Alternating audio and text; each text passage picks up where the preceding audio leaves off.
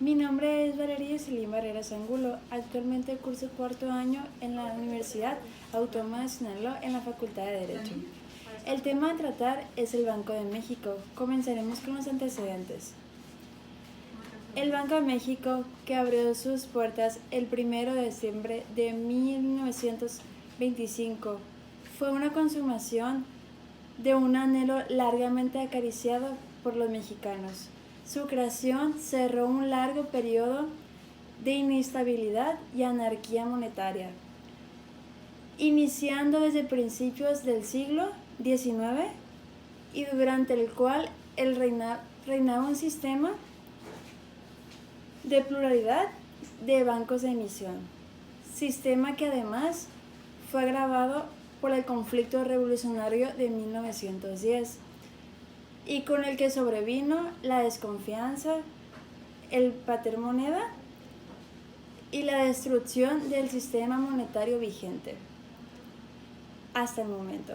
No obstante, hoy en día es poco recordado el hecho de que los antecedentes del Banco de México se remontan al menos hasta principios del siglo XIX.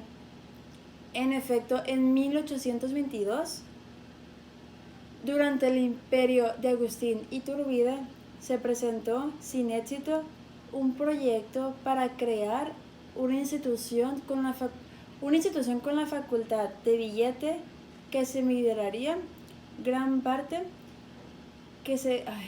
En efecto, en 1822, en el imperio de Agustín Iturbide, se presentó sin éxito un proyecto para crear una institución con la facultad de emitir billetes que se denominarían Gran Banco del Imperio Mexicano.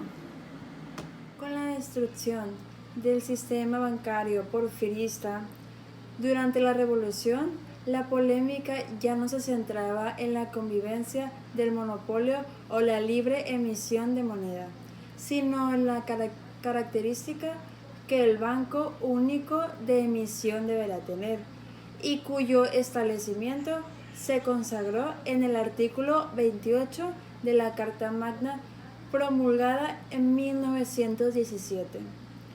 La disyuntiva consistía en el establecimiento de un banco privado o un banco bajo control gubernamental. El establecimiento del Banco de México no sería realidad hasta 1925, gracias a los esfuerzos presupuestarios y de organización del secretario de Hacienda, Alberto Panín, y el apoyo por parte del presidente Plutarco Elías Calles. En su momento, alguien llegó a comentar en tono de broma que a la institución debería llamársele Banco Amaro, ya que los fondos para integrar el capital se pudieron reunir finalmente en virtud de la economía presupuestales logradas en el ejército por el entonces secretario de la Defensa Nacional, el general Joaquín Amaro. El Banco de México nace en momentos de grandes retos y aspiraciones para la economía del país.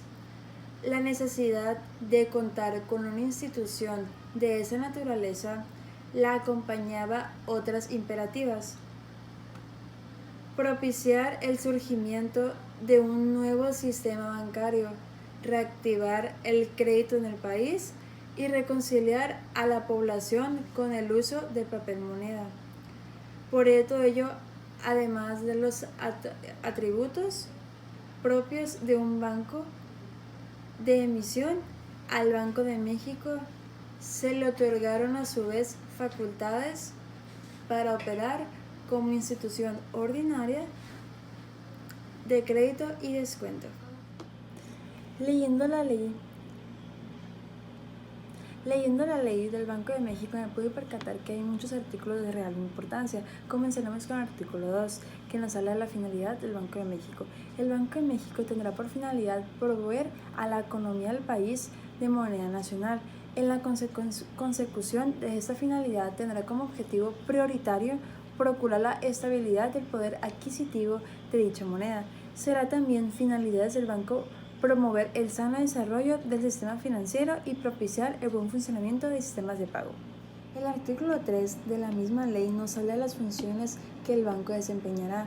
La primera, regular la emisión y circulación de la moneda, los cambios, la intermediación y los servicios financieros, así como los sistemas de pago. Otra es operar con las instituciones de créditos como banco de reserva y acreditante en la última instancia. Otra es prestar servicios de tesorería al gobierno federal y actuar como agente financiero del mismo. Como cuarta tenemos fungir como asesor del gobierno federal en materia económica y particularmente financiera. Otra muy importante es participar en el Fondo Monetario Internacional y en otros organismos de cooperación financiera internacional o que agrupen a bancos centrales, y operar con los organismos a que se refiere la fracción quinta anterior, con bancos centrales y con otras personas morales extranjeras que ejercen funciones de autoridad en materia financiera. El artículo cuarto nos habla de que corresponderá privativamente al Banco de México emitir billetes y ordenar la acuñación de moneda metálica, así como poner ambos signos en circulación a través de las operaciones que esta ley la autoriza a realizar. Otro artículo realmente importante es el quinto, que nos habla de que los billetes que emita el Banco de México deberá contener la denominación con número y letra, la serie y el número, la fecha de cuándo de emisión, las firmas de un miembro de la Junta de Gobierno y del cajero principal, la leyenda de Banco de México y las demás características que señala el propio banco. El banco podrá fabricar sus billetes o encargar la fabricación de estos a terceros. El artículo 39 nos habla de la designación de miembros de la Junta de Gobierno. Deberá recaer en personas que reúnan los siguientes requisitos. El primero es ser ciudadano mexicano por nacimiento, que no adquiera otra nacionalidad, estar en pleno goce de sus derechos civiles y políticos y no tener más de 65 años cumplidos en la fecha de inicio del periodo durante el cual desempeñará su cargo. Esta fracción fue reformada. La fracción 2 nos habla de gozar de reconocida competencia en materia monetaria, así como haber cumplido por lo menos durante 5 años cargos de nivel en el sistema financiero mexicano o en las dependencias, organismos o instituciones que ejercen funciones de autoridad en materia financiera. También, para la designación de 2 de los 5 miembros no será necesario satisfacer los requisitos previstos en el párrafo anterior, pero en todo caso deberá tratarse de profesionales distinguidos en materia económica, financiera o jurídica. Ninguno de estos miembros podrá ser nombrado gobernador antes de haber cumplido 3 años en su cargo. La fracción 3 nos habla de no haber sido sentenciado por delitos internacionales, inhabilitada para ejercer el comercio o para desempeñar un empleo, cargo o comisión en el sistema público o en el sistema financiero mexicano, ni removida con anterioridad del cargo del miembro de la Junta de Gobierno, salvo que esto último hubiera sido resultado de incapacidad física ya superada. Nos vamos al artículo 40, que nos habla que el cargo de gobernador durará 6 años y el de subgobernador. Nos vamos al artículo 40, el cual nos dice que el cargo de gobernador durará 6 años y de subgobernador será de 8 años. El periodo de gobernador comenzará el 1 de enero del cuarto año del calendario del periodo correspondiente al presidente de la República. Los periodos de subgobernadores serán escalonados, sucediéndose cada 2 años e iniciándose el 1 de enero del tercer y quinto año del periodo del Ejecutivo Federal. Las personas que ocupen esos cargos podrán ser designadas miembros de la Junta de Gobierno más de una vez. El artículo 46 nos habla de la Junta de Gobierno tendrá facultades muy importantes. Les voy a mencionar solo algunas, que es autorizar las órdenes de acuñación de moneda y de fabricación de billetes, resolver sobre el otorgamiento de crédito al Banco del Gobierno Federal, autorizar las emisiones de bonos de regulación monetaria y fijar las características de estos, Creo que son de las más importantes.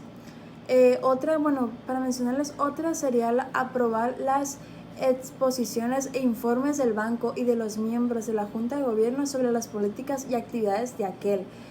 Otra podría ser aprobar los estados financieros correspondientes a cada ejercicio, así como los estados de cuenta consolidados mensuales.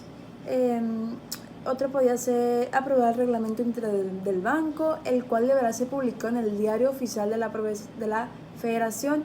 Y por último sería resolver sobre la constitución de las reservas, a que se refiere el artículo 53. El artículo 47 nos habla de qué corresponderá al gobernador del Banco de México. Creo que este artículo es realmente importante en esta exposición, ya que tendrá a su cargo la admisión del banco, la representación legal de este y el ejercicio de sus funciones sin perjuicio de las atribuciones que esta ley confiere a la Junta de Gobierno. La segunda será ejecutar los acuerdos de la Junta de Gobierno y de las comisiones de cambios. Otro importante es actuar con el carácter de apoderado y delegado fiduciario. Otro sería ser el enlace entre el banco y la administración pública federal, constituir consejos regionales, ser el vocero del banco, pudiendo delegar esta función en los subgobernadores. Acordar el establecimiento, cambio y cláusulas de sucursales, designar y promover los apoderados y los delegados fiduciarios. Y pues otra importante es fijar conforme a los tabuladores aprobados por la Junta de Gobierno los sueldos del personal y aprobar los programas que deban aplicarse para su capacitación y adiestramiento. Es importante recalcar que esta fracción fue reformada, y creo que hasta ahí dejaremos las funciones del gobernador del Banco de México. El artículo 62 nos habla de que el Banco de México podrá llevar a cabo directamente o a través de terceros la comercialización de monedas conmemorativas, así como de billetes y de monedas metálicas que tengan empaque. Eso es, por ejemplo, cuando hay monedas Nata dijo es su madre por andar dando. Tenemos el artículo 63, en donde nos habla de qué es lo que se le prohíbe al Banco de México.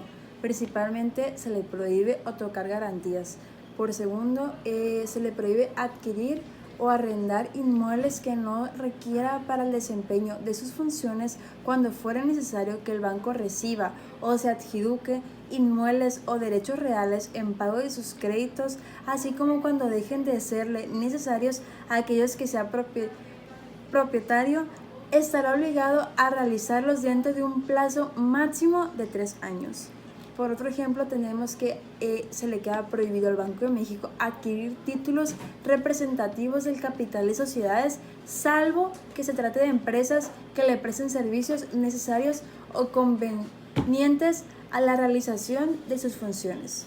No serán aplicables al banco las prohibiciones y limitaciones establecidas en esta ley cuando actúe en cumplimiento de sus obligaciones de carácter laboral o de las que adquiera con los miembros de su Junta de Gobierno, como con prestación por los servicios que le presten, pudiendo en estos casos realizar las operaciones y constituir las reservas necesarias o convenientes para dicho cumplimiento.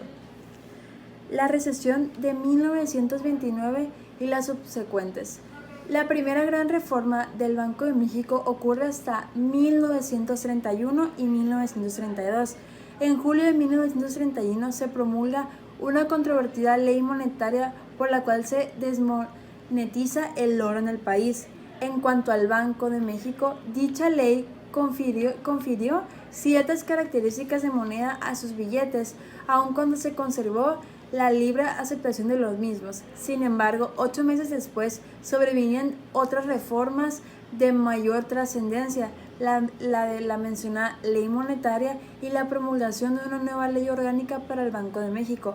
Con esta última reforma se le retiraron al banco las facultades para operar como banco comercial, se hizo obligatoria la asociación de los bancos con el Instituto Central y se flexibilizaron las reglas para la emisión de billetes.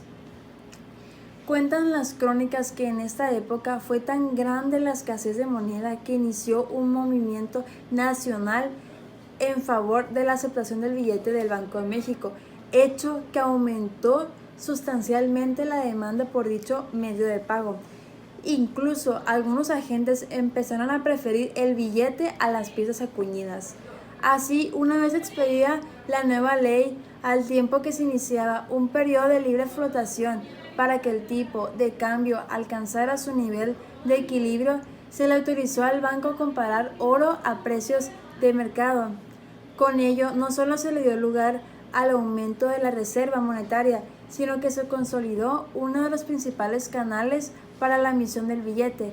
Dicha fórmula, así como la recuperación de la moneda después de la postración de 1929 y 1930, fue lo que arraigó en definitiva al papel moneda como el principal instrumento de pago en el país.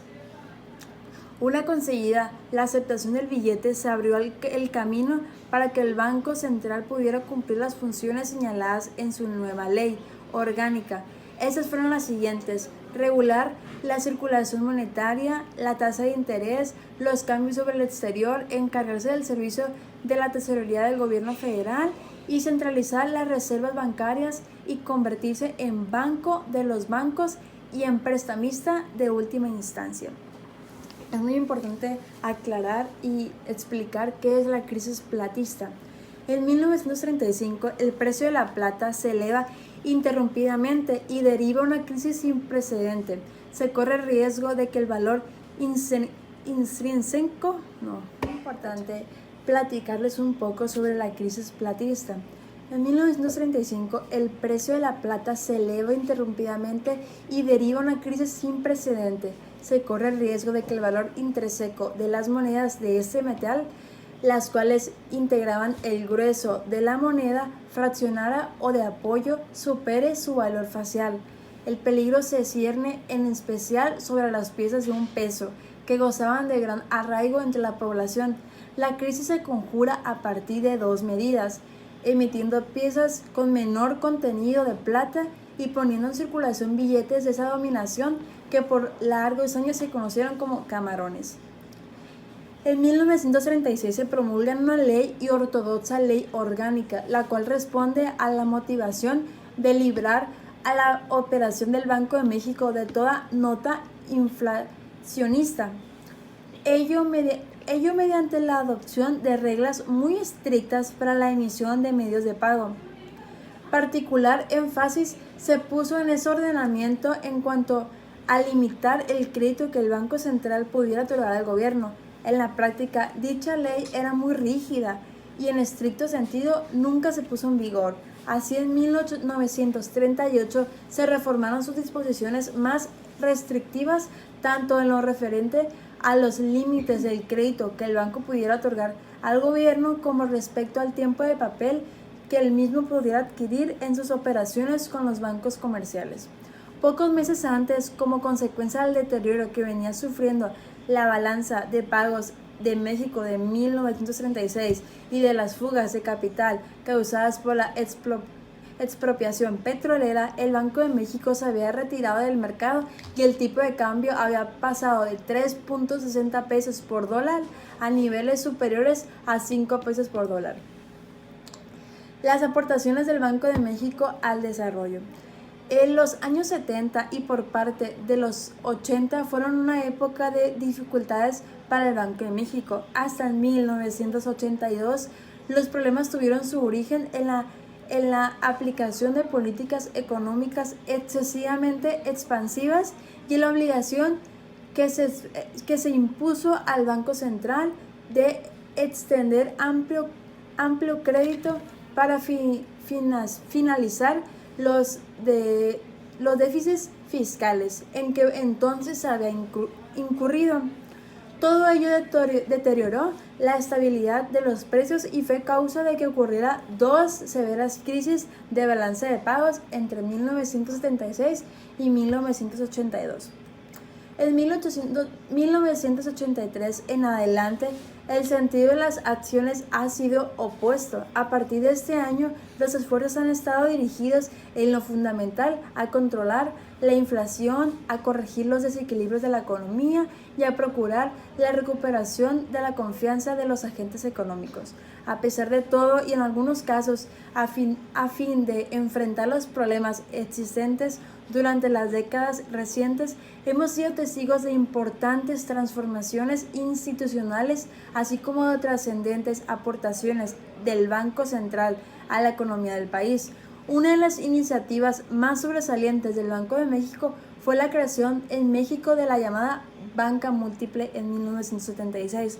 Una vez consumada la conversión de la banca de especializada a múltiple, se promovió un programa de fusión de instituciones pequeñas orientadas a fortalecer su solidez y procurar una mayor competitividad en el sistema financiero. En 1974 se creó en el Banco de México y se introdujo en la práctica el concepto de costo porcentual promovido de captación para la banca múltiple. Esta tasa promedio, al hacer las veces de tipo de referencia para los créditos bancarios, evitó muchas dificultades a los bancos. Cuando más avanzada esa década, las tasas de interés se elevaron debido a la inflación. Estas otras aportaciones memorables del Banco Central están la idea de reglamentar la capitación. En 1974 se creó en el Banco de México el concepto de costo porcentual promedio de captación para la banca múltiple. Esta tasa promedio, al hacer las veces de tipo de referencia para los créditos bancarios, evitó muchas dificultades a los bancos. Cuando más avanzada esa década, las tasas de interés se elevaron debido a la inflación. Entre otras aportaciones memorables del Banco Central está la idea de reglamentar la En otras aportaciones memorables del Banco Central está la idea de reglamentar la capitalización de los bancos, no solo en función de su captación, sino en ciertos activos y de otros conceptos expuestos al riesgo, así como el establecimiento de un sistema de protección para los depósitos del público en la banca. También objeto de orgullo, el Banco de México en la modernidad. La banca central, la política monetaria y los conocimientos teóricos y empíricos en que ésta se funda se encuentran sujetos a una evolución permanente. La fase de modernización definitiva del Banco de México se inicia con el otorgamiento de su autonomía, la cual empezó a regir a partir de 1994. En términos prácticos, la autonomía del Banco de México implica que ninguna autoridad pueda exigirle la concesión de crédito, con la cual se garantiza el control interrumpido del Instituto Central sobre el monto de dinero. La finalidad de la autonomía es que la operación del Banco Central sea conducente a la conservación del poder adquisitivo de la moneda nacional. La autonomía del Banco de México está sustentada en tres pilares. El primero es la naturaleza legal. En su parte medular se integra con el mandato constitucional que establece que la misión prioritaria de la institución es procurar el mantenimiento del poder adquisitivo de la moneda nacional.